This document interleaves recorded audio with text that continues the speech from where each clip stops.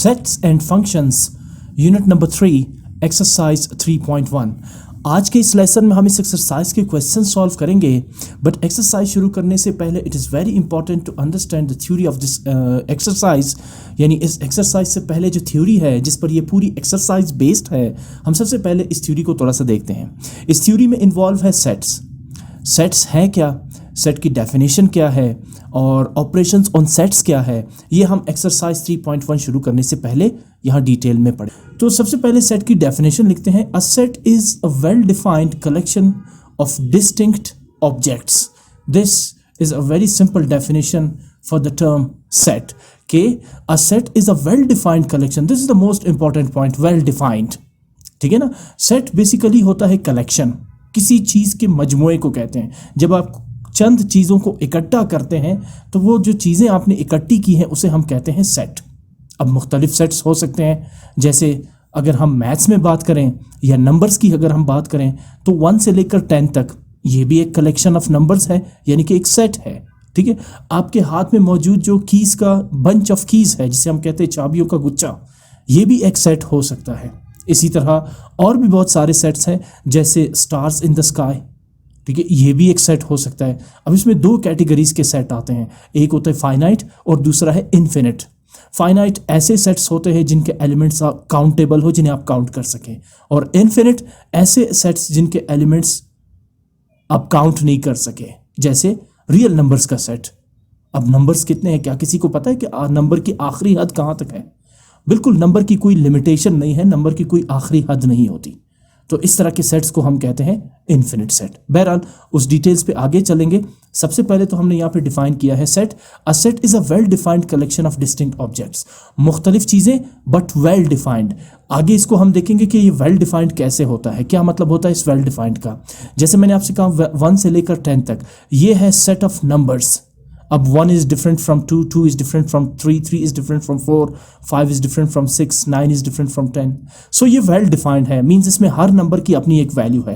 1 की अपनी वैल्यू है, 2 की अपनी वैल्यू है, 3 की अपनी वैल्यू है, 4 की अपनी वैल्यू है। सो ये जो 1 से लेकर 10 तक जो मैंने आपको नंबर्स का सेट बताया, इसे हम पढ़ते हैं well defined collection of different numbers, इसीलिए इसे पढ़ेंगे सेट। आगे, sets are usually denoted by capital letters like ABC। आप सेट को डिनोट करेंगे तो कैपिटल लेटर्स यूज करेंगे, जैसे ABC। The objects of set are called its elements और मेंबर्स। अब सेट के अंदर जो ऑब्जेक्ट्स होते हैं, जिन चीज़ों को आपने कलेक्ट किया है, जैसे आपने 1 से लेकर 10 तक नंबर्स को कलेक्ट किया है, ये जो 1 2 3 4 5 6 7 8 9 और 10 है, इसे हम कहते हैं मेंबर्स और elements of the set. The objects of a set are called its elements और members. The members of a set are usually denoted by small letters ABC। अच्छा, जो सेट के एलिमेंट्स है, जो कलेक्शन आप करते हैं ऑब्जेक्ट्स की सेट के लिए, उन ऑब्जेक्ट्स को हम कहते हैं एलिमेंट्स और मेंबर्स ऑफ द सेट। जैसे मैंने आपसे कहा ना कि आप 1 से लेकर 10 तक जो नंबर्स कलेक्ट करेंगे, तो ये जो 1 2 3 4 5 6 7 8 9 10 है, इन्हें हम पढ़ेंगे एलिमेंट्स और मेंबर्स ऑफ द सेट। इसी तरह the members of a set are usually denoted by small letters. अच्छा, अब इसमें देखिए, अगर आपने सेट्स को, फॉर एग्जांपल एक सेट ये भी हो सकता है कि the set of vowels of English alphabets. अब इंग्लिश अल्फ़ाबेट्स के वॉवल्स कौन से हैं? AEIOU। अब ये भी एक सेट है। हर अल्फ़ाबेट इसमें वेल डिफाइंड और डिस्टिंक्ट है। मुख्तलिफ, वर्ड डिस्टिंक्ट का मतलब मुख्तलिफ। तो अगर आपने एलिमेंट्स को इंग्लिश लेटर से डिनोट करना है, यानी कि सेट के जो एलिमेंट्स या मेंबर्स है वो आपने इंग्लिश अल्फ़ाबेट्स चुनने हैं, तो फिर आपने स्मॉल लेटर्स चुनने होंगे। और अगर आपने सेट को डिनोट करना है तो फिर आप उसे कैपिटल लेटर से डिनोट करेंगे। हम फर्दर भी इसे एक्सप्लेन करेंगे एक्सरसाइज में। For example, if x is an element of set A, कैसे पढ़ेंगे? If x is an element of set A then we can write x belongs to A. ठीक है ना। अगर एक सेट ए है, फॉर एग्जाम्पल एक सेट ए है, फॉर एग्जाम्पल इस सेट ए के एलिमेंट्स है, मैं यहाँ पर एग्जाम्पल लिख देता हूँ। फॉर एग्जाम्पल आपके पास एक सेट ए है, ए, क्योंकि हम सेट को डिनोट करते हैं कैपिटल लेटर से, और इस सेट के एलिमेंट्स है x, y एंड z। ठीक है ना। फॉर एग्जाम्पल ये एक सेट है जिसके 3 एलिमेंट्स है x, y, z। अच्छा, सेट के एलिमेंट्स को रिप्रेजेंट कैसे किया जा सकता है? आप यहाँ पर यूज़ करेंगे करली ब्रैकेट्स और हर एलिमेंट के बाद कॉमा पुट करेंगे। अब इस सेट के 3 एलिमेंट्स है x y z। तो अगर यहां पर कह रहे हैं कि if x is an element of set a, अगर x इस सेट a का एक एलिमेंट है जैसे आप देख सकते हैं, then we can write x belongs to a। इस सिंबल को क्या पढ़ेंगे? Belongs to. और उर्दू में इसका मतलब क्या होगा कि x जो है वो ताल्लुक रखता है सेट a से, यानी x एक एलिमेंट है जो सेट a का हिस्सा है या सेट a से ताल्लुक रखता है, जैसा कि आप यहां पर क्लियरली देख सकते हैं। इसी तरह y के लिए क्या पढ़ेंगे? y is an element of set a, therefore we can write it y belongs to a। और इसी तरह z के लिए z belongs to set a, और इसे रीड कैसे करेंगे? and read as x belongs to set a। example of objects that are not sets, ठीक है ना। अब कुछ ऑब्जेक्ट्स ऐसी भी होती हैं जो जिनको आप सेट्स डिक्लेयर नहीं कर सकते, अगर वो वेल डिफाइंड नहीं है तो वो सेट नहीं होंगे। जैसे कलेक्शन ऑफ इंटरेस्टिंग मूवीज, अब ये भी तो एक सेट हो सकता है ना। अगर मैं आपसे कहूं कि आप एक ऐसी कलेक्शन बनाए मूवीज की जो आपको दिलचस्प लगती हैं, जो आपको इंटरेस्ट है जिसमें, तो क्या आपको पता है कि कितने मूवीज होंगी? या क्या मैं ये कह सकता, अगर मैं ये क्वेश्चन करूं कि आप एक ऐसा सेट बनाए मूवीज का जो मुझे पसंद हो, तो अब हो सकता है कोई मूवी कभी मुझे पसंद आ जाए, कभी कोई मूवी मुझे पसंद ना आ जाए, तो ये वेल डिफाइंड नहीं है, ठीक है ना। अब कितने लोगों को कितनी मूवीज पसंद है? अब हो सकता है एक मूवी है जो 10 में से 5 लोगों को पसंद है और बाकी 5 लोगों को पसंद नहीं है, या हर एक दूसरे बंदे को पसंद है और थर्ड पर्सन को वो मूवी पसंद नहीं है, तो ये वेल डिफाइंड नहीं है। इस टाइप की जो कलेक्शन होती है उसको हम सेट नहीं डिक्लेयर कर सकते, ठीक है ना। कलेक्शन ऑफ इंटरेस्टिंग मूवीज, भाई बहुत सारी मूवीज हो सकती है जो इंटरेस्टिंग है, आप ये तो नहीं कह सकते कि ये इंटरेस्टिंग है और ये इंटरेस्टिंग नहीं है, क्योंकि वो आपके लिए तो डिस्टिंक्ट हो सकती है लेकिन किसी दूसरे के लिए नहीं हो सकती। हो सकता है जो मूवी आपको इंटरेस्टिंग ना लगे वो दूसरे को इंटरेस्टिंग लगे, तो ऐसी सूरत में जो ये कलेक्शन है इसे हम सेट्स नहीं कह सकते, ठीक है ना। अच्छा, दूसरी एग्जांपल मैंने रखी है कलेक्शन ऑफ गुड बुक्स। अगर आप कहते हैं कि मेरे पास एक सेट है गुड बुक्स की कलेक्शन की, तो अब लाजमी तो नहीं है कि वो सिर्फ आपके लिए गुड बुक्स हो सकता है उसमें कुछ बुक्स ऐसी हो जो दूसरों को पसंद ना हो। तो इसका मतलब ये हुआ कि ये भी एक ऐसा सेट है जो वेल डिफाइंड नहीं है। बुक्स तो डिफरेंट है बट वेल डिफाइंड नहीं है, आप उसको डिफाइन नहीं कर सकते। आप ये नहीं कह सकते कि ये एक ऐसी कलेक्शन है जो गुड बुक्स की है, नहीं, हो सकता है किसी दूसरे को इनमें से कुछ बुक पसंद हो कुछ ना हो, ठीक। इसी तरह कलेक्शन ऑफ ब्यूटीफुल फ्लावर्स, अब आप कहते हैं कि मेरे पास एक सेट है जिसमें ब्यूटीफुल फ्लावर्स की कलेक्शन है, लेकिन ये लाजमी तो नहीं है कि आपके पास जो फ्लावर्स है सिर्फ वो ही ब्यूटीफुल फ्लावर्स हो, और भी तो इसमें हो सकते हैं, ठीक है ना। तो ये ऐसी कलेक्शन है जिनको आप वेल डिफाइंड नहीं कह सकते। कितने ब्यूटीफुल फ्लावर्स होंगे आप, ठीक है ना, बहुत सारे हो सकते हैं। आपने अगर कुछ कलेक्ट किए हैं, हो सकता है कुछ को ये पसंद हो और हो सकता है कुछ को पसंद ना हो। तो कहने का मतलब ये हुआ कि ये जो मैंने एग्जाम्पल्स दी है ये ऐसी कलेक्शन ऑफ ऑब्जेक्ट्स है जिनको आप ये नहीं कह सकते कि ये सेट है। सेट की अपनी एक प्रॉपर डेफिनेशन है, well defined and distinct objects की कलेक्शन। और लास्ट मैंने लिखा है कलेक्शन ऑफ स्मार्ट पीपल। मैं आपके सामने 10 लोगों को खड़ा करता हूं, मैं इसमें से कहता हूं कि इनमें से स्मार्ट पीपल की कलेक्शन को अलग करें, तो हो सकता है जो आपको लगे कि ये स्मार्ट है, दूसरा कहे कि नहीं ये तो स्मार्ट नहीं है। एक ऐसा शख्स जिनको आप कहे कि नहीं ये स्मार्ट नहीं है, लेकिन दूसरा शख्स कहे कि नहीं ये तो स्मार्ट है, तो ये वेल डिफाइंड तो नहीं हुआ ना। वेल डिफाइंड ऐसी चीज होती है जो सबके सामने जिसकी सेम डेफिनेशन हो, जो डिस्टिंक्ट हो। तो यहां पर अगर मैं आपको कहूं कि 10 लोगों में से स्मार्ट पीपल को आप स्मार्ट पीपल के सेट को अलग करें, तो हो सकता है आप ऐसे लोगों को भी अलग करें जो बाकियों के लिए स्मार्ट ना हो, यानी इस पर आप एक डिसीजन नहीं ले सकते हैं, तो इसलिए ये वेल डिफाइंड नहीं है। आपको यहां पर कुछ ऐसी एग्जांपल्स दी गई हैं जिनको हम ये कह सकते हैं कि ये कलेक्शन तो है बट ये वेल डिफाइंड ऑब्जेक्ट्स नहीं है, इसलिए हम इसे मैथ्स में सेट्स नहीं पढ़ेंगे, ठीक। अच्छा, अब आते हैं operations on sets. Basically 2 operations यहाँ पे डिस्कस करेंगे, यूनियन एंड इंटरसेक्शन। इसके अलावा और भी छोटे ऑपरेशंस हैं। सबसे पहले यूनियन पे आते हैं। The union of 2 sets A and B is denoted by A union B. आप इसे इस तरह से डिनोट करेंगे, it is a set consisting of all the elements of A and B और both. Symbolically we can write as A union B is the collection of set is the collection of elements x such that x belongs to the set A or x belongs to the set B or x belongs to the set A and B. यानी कि union तो आप पढ़ चुके हैं, union कहते हैं combination को। अगर दो सेट्स हैं, दोनों सेट्स के एलिमेंट्स को जब आप कंबाइन करते हैं तो ये बनती है डेफिनेशन यूनियन की। यहाँ इसको रीड कैसे करेंगे, ये जो आपको वर्टिकल लाइन नजर आ रही है इसे पढ़ा जाता है such that x belongs to set A और x belongs to set B। ठीक है ना, यानी कि x वो एलिमेंट्स है जो या तो सेट A को बिलोंग करते हैं या तो सेट B को बिलोंग करते हैं या दोनों सेट्स को बिलोंग करते हैं। ठीक है ना, तो जब आप इनको कंबाइन करेंगे तो ये कहलाएगा यूनियन।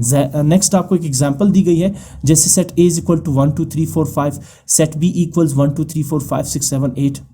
अब इन दोनों सेट्स का यूनियन क्या होगा, आप लिखेंगे A यूनियन B इक्वल्स, आप इनको कंबाइन करके लिखेंगे और जो एलिमेंट रिपीटेड होगा उसे आपने 1 टाइम लिखना है। जैसे आप यहाँ पे देख सकते हैं ना 4 5 रिपीटेड है, बल्कि 3 4 5, तो आप इसे एक ही बार लिखेंगे, आप लिखेंगे 1 2 3 4 5 6 7 8। ये होगा union of set A and B। अच्छा, इसके बाद है intersection of sets. The intersection of two sets A and B is denoted bye A intersection B। Union को आप उल्टा करेंगे तो ये बनेगा intersection. It is a set whose elements are the elements of both A and B।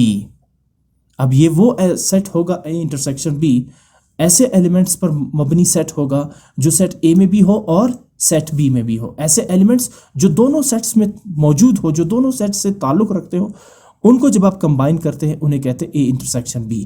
दूसरे अल्फाज में आप ये कह सकते हैं कि A इंटरसेक्शन B का मतलब ये है कि वो एलिमेंट्स जो सेट A में भी है और सेट B में भी है, यानी common elements. Symbolically, we can write as A intersection B is equal to those elements such that elements belongs to the set A and these elements belongs to the set B। यहाँ पर मैंने word X की जगह use किया these elements, actually यहाँ पर X elements को ही represent कर रहे हैं, यानी वो एलिमेंट्स जो सेट A में भी हो और सेट B में भी हो। इसी एग्जाम्पल को दोबारा देख ले, मैंने यही दो सेट्स दोबारा लिखे हैं। सेट A के एलिमेंट्स है 1 2 3 4 5 और सेट B के एलिमेंट्स है 1 2 3 4 5 6 7 8। अब आप इंटरसेक्शन फाइंड कर रहे हैं। इंटरसेक्शन का मतलब है common elements between set A and B, वो एलिमेंट्स जो दोनों सेट्स का हिस्सा है, यानी A में भी मौजूद हो और B में भी मौजूद हो। तो आप देख सकते 1 2 3 4 5 सेट A में भी है और 1 2 3 4 5 सेट B में भी है। तो ये है A इंटरसेक्शन B, यानी कि कॉमन एलिमेंट्स की कॉम्बिनेशन। अगला है difference of sets. The difference of two sets A and B is denoted bye A difference B। इसे कैसे पढ़ेंगे, A डिफरेंस B और A डिफरेंस B आप या तो इस तरह डिनोट करेंगे या इस तरह से डिनोट करेंगे। It is defined as the set of those elements of A which are not in B। बहुत ही सिंपल डेफिनेशन है। A डिफरेंस B का मतलब यह है कि सेट A के वो एलिमेंट्स जो सेट B में मौजूद ना हो। Symbolically we can write it as A difference B x such that x belongs to set A and x does not belongs to set B। इस सिंबल को पढ़ा जाता है does not। ठीक है ना, A डिफरेंस B का मतलब है कि वो एलिमेंट्स जो सेट A में तो है बट सेट B में मौजूद ना हो। इसी तरह B डिफरेंस A का फिर क्या मतलब होगा, इसका अपोजिट, सेट B के वो एलिमेंट्स जो सेट A में मौजूद ना हो। तो आप लिखेंगे x such that x belongs to set B and इस सिंबल को पढ़ा जाता है and x does not belongs to set A। तो ये होगा B डिफरेंस A। जैसे आप देखिए उन्हीं दो एग्जाम्पल्स को मैंने दोबारा लिया है। यहाँ पर सेट A के एलिमेंट्स मैंने लिए हैं 1 3 5 7 9 11, ये है आपके पास ऑड नंबर्स, और सेट B के मैंने एलिमेंट्स लिए हैं 1 2 3 4 5 6 7 8। सबसे पहले मैं फाइंड करता हूँ A डिफरेंस B। क्या मतलब हुआ, सेट A के वो एलिमेंट्स जो सेट B में मौजूद ना हो। तो 1 3 5 7 तो आपको नजर आ रहा है कि सेट B में भी मौजूद है, ये रहा 1 3 5 7। लेकिन अगर आप गौर करें 9 और 11 सेट A के वो एलिमेंट्स हैं जो सेट B में मौजूद नहीं है। 9 और 11 कहलाएंगे A डिफरेंस B, यानी सेट A के वो एलिमेंट्स जो सेट B में मौजूद नहीं है। इसी तरह B डिफरेंस A फिर इसका अपोजिट होगा, यानी सेट B के वो एलिमेंट्स जो सेट A का हिस्सा नहीं है। आप इसमें देखिए पहला एलिमेंट 2 है, आपको सेट A में नज़र नहीं आएगा, फिर 4 भी आपको सेट A में नज़र नहीं आएगा, फिर 6 भी आपको सेट A में नज़र नहीं आएगा, और आखिर में आपको 8 भी सेट A में नज़र नहीं आएगा। तो B डिफरेंस A क्या होगा, 2 4 6 एंड 8। इसके बाद अगला ऑपरेशन है कॉम्प्लीमेंट ऑफ सेट। अब कॉम्प्लीमेंट ऑफ सेट के लिए रिक्वायर्ड होता है universal set U। If U is a universal set and A is a subset of universal set U। Universal set एक ऐसी सेट होती है, कोई भी आप सेट को यूनिवर्सल सेट कंसीडर कर सकते हैं। फॉर एग्जांपल यूनिवर्सल सेट हो सकता है 1 से लेकर 10 तक आप जो नंबर्स लेते हैं, ये एक यूनिवर्सल सेट हो सकता है। और फॉर एग्जांपल 1 से लेकर 20 तक आप अगर कोई सेट लेते हैं तो ये भी एक यूनिवर्सल सेट हो सकता है। तो यहाँ दो सेट्स हैं। फॉर एग्जांपल पहला सेट है U, जिसको हम कहते हैं यूनिवर्सल सेट, और दूसरा सेट है A, जो कुछ भी हो सकता है। यहाँ लिखा हुआ है A is a subset of U। अब इसका मतलब क्या हुआ सबसेट ऑफ U? इसका मतलब ये होगा कि सेट A के सारे एलिमेंट्स सेट U के अंदर मौजूद होंगे। जैसे आप इस एग्जाम्पल को देखें, यहाँ यूनिवर्सल सेट के एलिमेंट्स कितने हैं? 1 2 3 4। इसके बाद जो डॉट डॉट्स है ना, इसका मतलब है इसमें कंटिन्यूसली नंबर मौजूद है, 5 6 7 8 9 10 11 12 13 एंड 14 तक। जबकि सेट ए के एलिमेंट्स देखिए आप 1 3 5 7 9 11 एंड 13। आप देखिए ये सारे के सारे नंबर सेट यू के अंदर मौजूद है। तो हम कहेंगे कि set A is the subset of set you, यानी सेट ए के सारे एलिमेंट्स सेट यू के अंदर मौजूद है। तो क्या है complement? If you is a universal set, ये है यूनिवर्सल सेट जिसे हम डिनोट करते हैं यू से, and A is a subset of U, और एक सेट ए ऐसा सेट है जो यूनिवर्सल सेट का सबसेट है, then the complement of A is denoted by A C. A complement, C stands for complement, और ए कॉम्प्लीमेंट, आप A complement को इस तरह से भी डिनोट कर सकते हैं या फिर A raise to the power C भी लिख सकते हैं। It is the set of all those elements of U which are not in set A, यानी सेट यू के वो एलिमेंट्स जो सेट ए का हिस्सा नहीं होंगे, जो सेट ए में मौजूद नहीं होंगे। सेट ए के तो सारे एलिमेंट्स सेट यू में मौजूद है, लेकिन सेट यू के वो एलिमेंट्स जो सेट ए में मौजूद नहीं है उसे पढ़ेंगे कॉम्प्लीमेंट ऑफ सेट ए। ठीक है ना? तो अगर सेट यू के एलिमेंट सेट ए में मौजूद ना हो तो फिर उसे क्या पढ़ेंगे? यू डिफरेंस ए। जिस तरह होता है ना ए डिफरेंस बी, सेट ए के वो एलिमेंट्स जो सेट बी में मौजूद ना हो। यू डिफरेंस ए का मतलब होगा सेट यू के वो एलिमेंट्स जो सेट ए का हिस्सा ना हो, यानी सेट ए में मौजूद ना हो। तो इसे हम डिनोट करते हैं ए कॉम्प्लीमेंट। ए कॉम्प्लीमेंट को हम यू डिफरेंस ए भी कह सकते हैं। So x such that x, ये एक्स सच दैट एक्स मतलब वो एलिमेंट्स जो U का तो हिस्सा है, which belongs to the universal set U, and these elements should not be the part of set A। ये जो एलिमेंट्स है एक्स इस वक्त वो एलिमेंट्स को जाहिर कर रहा है जो सेट U में तो है बट सेट A में मौजूद नहीं है। तो अगर आप इस एग्जाम्पल को देखें, यहाँ यूनिवर्सल सेट 1 से लेकर 14 तक है, जबकि सेट A 1 3 5 7 9 11 13 सारे वो एलिमेंट्स हैं जो सेट यू के अंदर मौजूद हैं। तो फिर कॉम्प्लीमेंट कैसे निकालेंगे? आप लिखेंगे ए कॉम्प्लीमेंट, जिसे हम पढ़ते हैं यू डिफरेंस ए। क्या मतलब हुआ? सेट यू के वो एलिमेंट्स जो सेट ए में मौजूद नहीं है। तो अगर आप यहाँ पे गौर करें 1 से लेकर 14 तक और 1 3 5 7 9 11 और 13 को, तो सेट यू के सारे इवन नंबर्स ऐसे हैं जो सेट ए में मौजूद नहीं है। कौन कौन से हैं? 2 4 6 8 10 12 14। ये सारे एलिमेंट्स आपको ए में नजर नहीं आएंगे, और इसी को पढ़ा जाता है कॉम्प्लीमेंट ऑफ ए। यू के वो एलिमेंट्स जो सेट ए में मौजूद ना हो। अब यही सब कुछ हम क्वेश्चंस में भी करेंगे। क्वेश्चन नंबर 1 है एक्सरसाइज 5.1 का, if set C is equal to 2 5 7 9, these are the elements of set C, set D equals 9 12 13 15, then find C union D, C intersection D, D difference C and C difference D. ये चारों parts आपने solve करने हैं। सबसे पहले find करते हैं C union D. What is union? The combination of the elements of set C and D.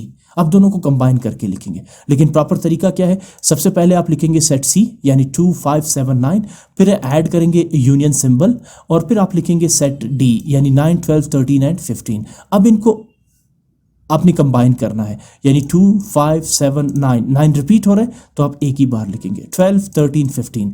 ये रहा सी यूनियन डी, यानी the combination of set C and D. ये हो गया फर्स्ट पार्ट। सेकंड पार्ट क्या कह रहा है कि C intersection D. What is intersection? Common elements of set C and D. तो आप सबसे पहले क्या लिखेंगे? सबसे पहले आप लिखेंगे सेट सी के एलिमेंट्स, फिर आप ऐड करेंगे इंटरसेक्शन सिंबल, और बाद में आप लिखेंगे सेट डी के एलिमेंट्स। कौन से एलिमेंट्स हैं इन दोनों सेट्स में जो दोनों के अंदर मौजूद हो, जो कॉमन हो? आपको इस वक्त 9 ही नजर आ रहा है, मैं आसानी के लिए इसका कलर चेंज कर देता हूं। इसके अलावा कोई एलिमेंट ऐसा नहीं है जो इन दोनों सेट में मौजूद है। इसी को पढ़ा जाता है इंटरसेक्शन। तो आप लिखेंगे C intersection D equals 9। Union में सबको कंबाइन करना है, जबकि इंटरसेक्शन कॉमन एलिमेंट्स को कहते हैं। अच्छा, थर्ड पार्ट है डी डिफरेंस सी। क्या पढ़ेंगे? D difference C. तो डी डिफरेंस सी की डिफिनेशन क्या होगी? सेट डी के वो एलिमेंट्स जो सेट सी में मौजूद ना हो। Simple is that. क्या करेंगे? सबसे पहले आप सेट डी के एलिमेंट्स लिखेंगे बिकॉज पहले डी मौजूद है, फिर आप लगाएंगे डिफरेंस सिंबल, इसे पढ़ते हैं डिफरेंस साइन, फिर आप लिखेंगे सेट सी के एलिमेंट्स 2 5 7 9। अब डी डिफरेंस सी, डी के वो एलिमेंट्स जो सी में ना हो, सी के वो एलिमेंट जो डी में ना हो, ऐसा नहीं, डी के वो एलिमेंट्स जो सेट सी का हिस्सा ना हो। तो चेक करते कौन कौन से एलिमेंट्स हैं। सबसे पहले 9 देखें, यहाँ पर मौजूद है सी में, चले इसको छोड़ देते हैं। 12 देखें, 12 वहाँ पर नहीं है तो ये 12 को आप हाईलाइट कर लें। 13 और 15 ये दो एलिमेंट्स भी सेट सी में मौजूद नहीं है। तो डी डिफरेंस सी क्या बनेगा? सेट सी के एलिमेंट्स 12, 13 और 15 ऐसे एलिमेंट्स हैं जो सी में मौजूद नहीं है। तो आप लिखेंगे D difference C equals 12, 13 and 15। अगले स्टेप की तरफ मूव करते हैं। सॉरी, अच्छा, फोर्थ पार्ट है C difference D. Now C difference D is opposite to D difference C. तो आप क्या करेंगे? सबसे पहले आप लिखेंगे सेट सी जिसके एलिमेंट्स है 2 5 7 9, फिर आप ऐड करेंगे डिफरेंस सिंबल, और अब आप लिखेंगे सेट डी के एलिमेंट्स 9 12 13 एंड 15। सेट सी में वो एलिमेंट्स ढूंढे जो सेट डी में मौजूद ना हो। कौन से एलिमेंट्स हैं? 2 है, ठीक है ना, यहाँ पर नहीं है। 5 बिल्कुल यहाँ पे नहीं है। 7 यहाँ पे नहीं है। 9 एक ऐसा एलिमेंट है जो सी में भी है और डी में भी है।